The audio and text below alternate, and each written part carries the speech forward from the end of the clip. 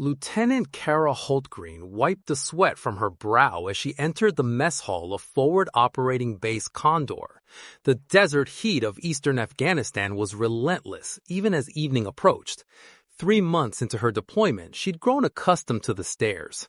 Being one of the few female officers on base came with unwanted attention. But today felt different. The whispers seemed more pointed, the glances more hostile. "Look who decided to grace us with her presence," muttered Petty Officer Daniels loud enough for everyone to hear. His small group of followers snickered on cue. Kara ignored them, proceeding through the chow line. Her mind was elsewhere, focused on tomorrow's mission briefing. Colonel Eileen Collins had personally requested her presence, which was unusual enough to be concerning. Intelligence had reported increased enemy movement in the valley, and air support would be critical in the coming days. As she sat alone at the far table, Kara noticed Daniels and his 3 companions approaching. Their body language set off immediate alarms in her mind. The way they spread out, their forced, casual demeanor. She'd seen this pattern before, though not since her specialized training days. "Lieutenant," Daniels said with mock respect, "we were just discussing the new uniform regulations." His hand slipped behind his back. "Some of us think the women's uniforms need adjustments." The mess hall grew quieter. Other sailors and Marines sensed the confrontation brewing, but remained spectators. Kara set down her fork, her muscles tensing imperceptibly. "I wasn't aware you joined the uniform committee, Daniels," she replied evenly, her eyes tracking his concealed hand. "Just taking initiative," he smirked, revealing a tactical knife. "Maybe if your uniform was a bit more feminine, you'd remember your place around here." What Daniels and his friends didn't know, what nobody at FOB Condor knew except Colonel Collins, was that before Carol Holtgreen became one of the Navy's pioneering female fighter pilots, she had undergone specialized training with the Navy SEALs. Her file contained redacted sections that hinted at operations alongside Lieutenant Audie Murphy's Special Reconnaissance Team. Her pilot training had come later, a cover for her other skills. As Daniels lunged forward to grab her collar, intending to cut her uniform in what he considered a harmless prank, Kara's body responded with muscle memory honed through thousands of hours of training. Her left hand caught his wrist mid-motion, while her right hand simultaneously struck his elbow joint. The knife clattered to the floor as Daniels found himself suddenly immobilized, his arm twisted behind his back, his face pressed against the metal table. His 3 companions froze, shocked by the instantaneous reversal. The entire mess hall fell silent. "Wrong person to mess with, Daniels," Kara whispered, applying just enough pressure to make her points without causing injury. She released him and calmly picked up the knife. "Lieutenant Holtgreen," came a commanding voice from the entrance. Colonel Collins stood watching, her expression unreadable. "A word in my office, please." As Kara followed the colonel out, leaving behind a stunned audience, she knew her carefully maintained cover was compromised. Tomorrow's mission would now be complicated by this incident, but perhaps it was time the base understood exactly who they had in their midst. With tensions rising in the region and intelligence suggesting a major enemy offensive, her particular set of skills might soon be needed for more than just flying support missions. Colonel Collins closed her office door, the distant sound of choppers providing background to their conversation. She studied Kara with calculating eyes before speaking. "That display in the mess hall wasn't exactly low profile, Lieutenant." Kara stood at attention. "No excuse, ma'am." Collins sighed, sliding a classified folder across her desk. "Your cover was going to be blown eventually. Might as well be now." She tapped the folder. "Operation Sandstorm has been moved up. The intelligence we received this morning changes everything." Inside the folder, satellite images showed enemy movements through the mountain passes, far more organized than typical insurgent activity. Collins explained that a high-value target had been identified, one connected to planned attacks on 3 major U.S. bases in the region. "This is why you're really here, Holtgren. Not for your piloting skills, though they're exceptional." Collins lowered her voice. "Admiral Nelson personally requested you for this operation. Your training under Murphy wasn't just for show." The next morning, Kara found herself briefing a small team that included, to her dismay, Petty Officer Daniels and his friends. Their expressions ranged from skeptical to openly hostile, as Colonel Collins explained that Lieutenant Holtgreen would be leading the ground element of the mission, while Collins coordinated air support. "This is bull," Daniels began before being silenced by Collins' glare. "Lieutenant Holtgreen has qualifications you don't know about, petty officer. Your life may depend on following her orders." The mission began at 0300 hours. 2 helicopters inserted the team 10 miles from the suspected enemy compound. What should have been a straightforward reconnaissance operation quickly deteriorated when their communications were jammed, the first sign they'd been compromised. "They knew we were coming," Kara whispered as they took cover in a rocky outcropping. The sound of vehicles approaching forced a decision. "We need to split up. Daniels, you're with me. The rest of you fall back to extraction point Bravo." Daniels looked ready to object, but swallowed his protest when gunfire erupted nearby. As they separated, Kara caught a glimpse of something that chilled her. The enemy forces weren't typical insurgents, but appeared to be wearing fragments of American tactical gear.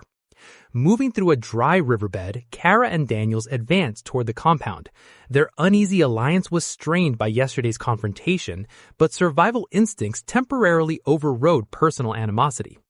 "How did you learn to move like that?" Daniels finally asked as they paused behind an abandoned structure.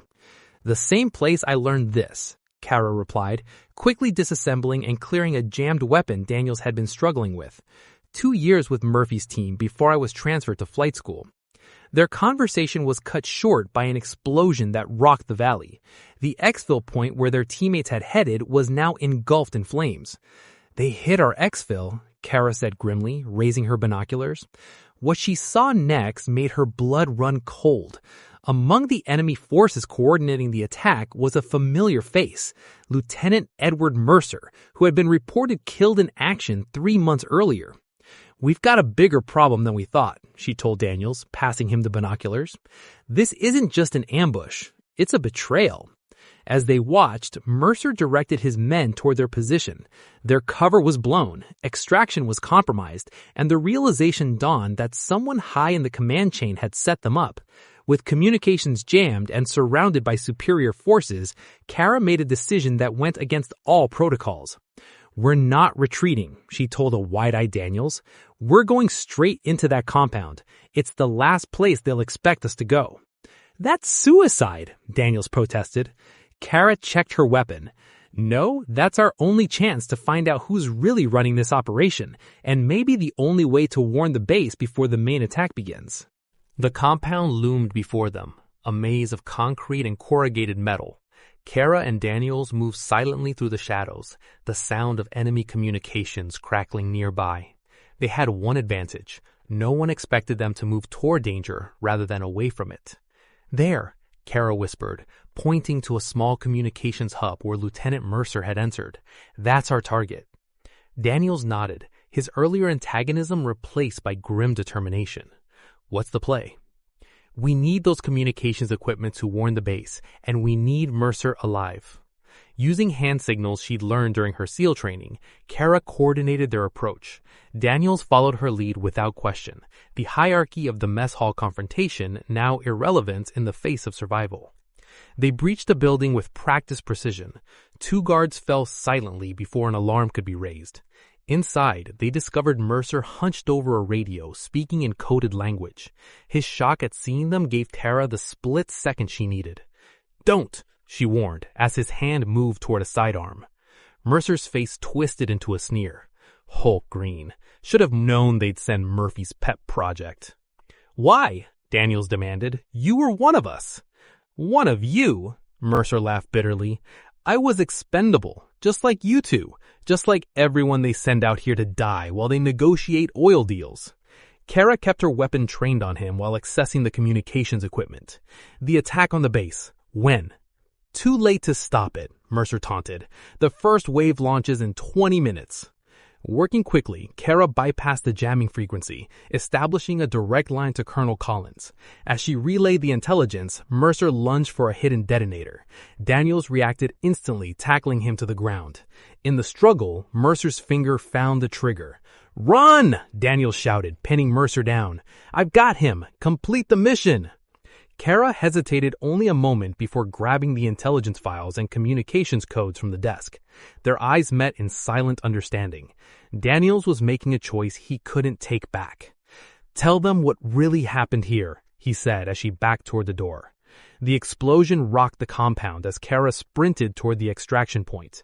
The sacrifice gave her the window needed to reach the emergency rendezvous where Colonel Collins had dispatched the rescue helicopter after receiving her warning. Back at FOB Condor, the base had mobilized based on Kara's intelligence. The enemy attack, meant to be a surprise, met prepared defenses. What would have been a devastating blow became a decisive victory. 3 days later, Kara stood at attention in Colonel Collins' office as Admiral Nelson himself pinned a commendation to her uniform. "Lieutenant Holtgreen's actions saved hundreds of lives," Nelson announced to the assembled officers, including the surviving members of Daniel's group. "And Petty Officer Daniel's sacrifice will not be forgotten." After the ceremony, the sailors who had once cut her uniform approached Kara. Their leader, a young petty officer named Rodriguez, extended his hand. "Daniels was our friend," he said quietly. "He told me once that if he ever found someone worth following into battle, he'd know it. Guess he did." 6 months later, Kara stood before a new class of recruits, men and women selected for a specialized program combining SEAL tactics with aviation capabilities. Colonel Collins had given her the opportunity to shape the next generation of operators. "The uniform doesn't make the warrior," she told them on their first day, touching the small pin she wore in Daniel's memory. "And sometimes the people you underestimate become the ones who save your life." As she looked out at their faces, eager, uncertain, determined, Kara recognized what Daniels understood in his final moments, that true strength isn't measured by who can intimidate others, but who will stand their ground when everything is at stake.